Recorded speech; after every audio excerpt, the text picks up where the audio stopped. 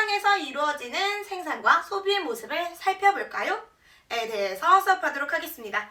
수업에 들어가기에 앞서서 지난 시간 내용을 한번 확인해보고 넘어갈 건데요. 블록체인에 대해서 배웠어요.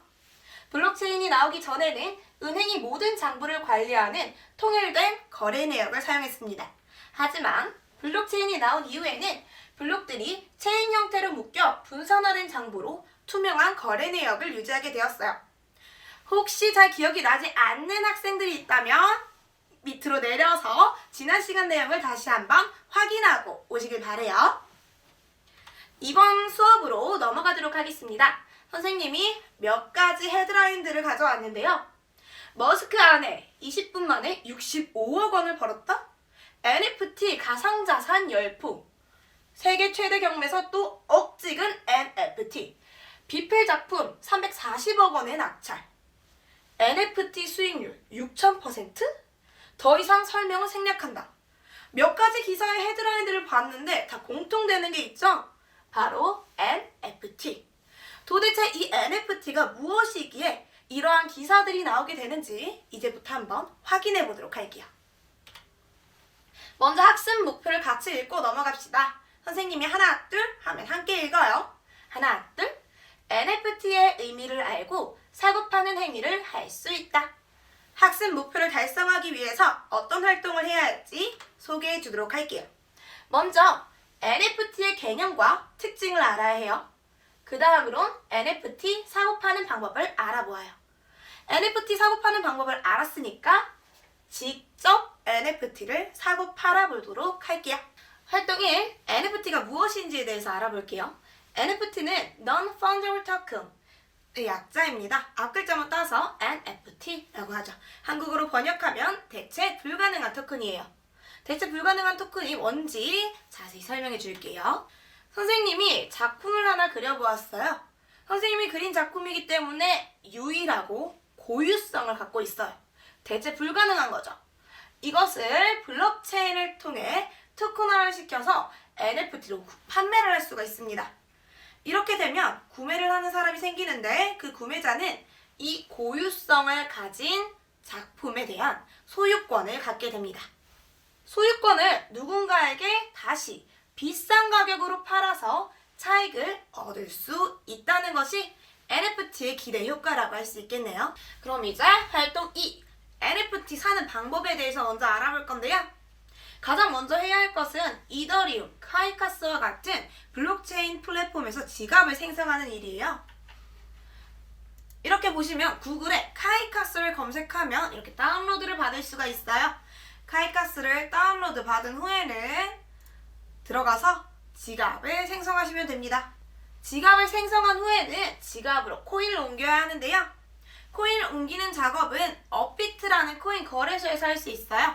선생님이 지금 업비트에 접속을 해 있거든요. 여러분도 한번 업비트에 접속을 해서 리플이라는 코인을 구매해 보도록 할게요. 그렇게 해서 지갑으로 코인을 옮겨주시면 되고요. 마지막으로는 오픈시, 솔시와 같은 NFT 시장에 접속하시면 돼요. 선생님은 오픈시라는 NFT 시장에 접속해 보았어요. 선생님이 지금 마음에 드는 작품이라서 한번 들어가 보았거든요. 이 작품을 이제 그냥 구매하시면 됩니다. 파는 방법에 대해서 한번 알아볼게요. 방금 우리 카이카스에서 지갑을 만드는 방법을 배웠죠. 그 지갑을 오픈시, 크래프트 스페이스와 같은 플랫폼에 연결해서 NFT를 발행해줍니다. 그 후에는 방금 보았던 플랫폼, 오픈시, 솔시 플랫폼에서 NFT를 팔아주시면 돼요. 파는 방법이 되게 간단하죠? 우리가 방금 NFT를 사고 판매하는 방법을 배웠어요. 이런 것을 민팅이라고 이야기를 합니다.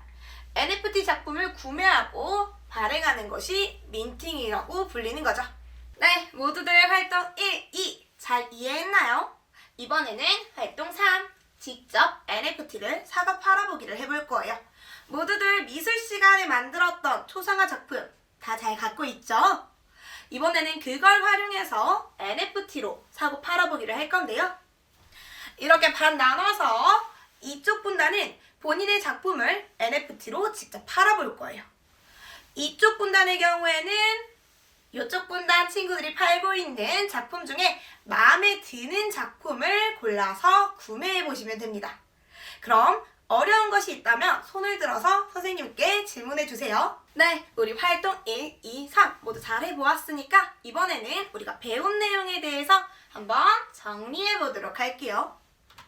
먼저 NFT 장점에 대해서 알아보도록 할게요. 우리가 활동 3에서 직접 NFT를 만들어서 사고 팔아보았죠?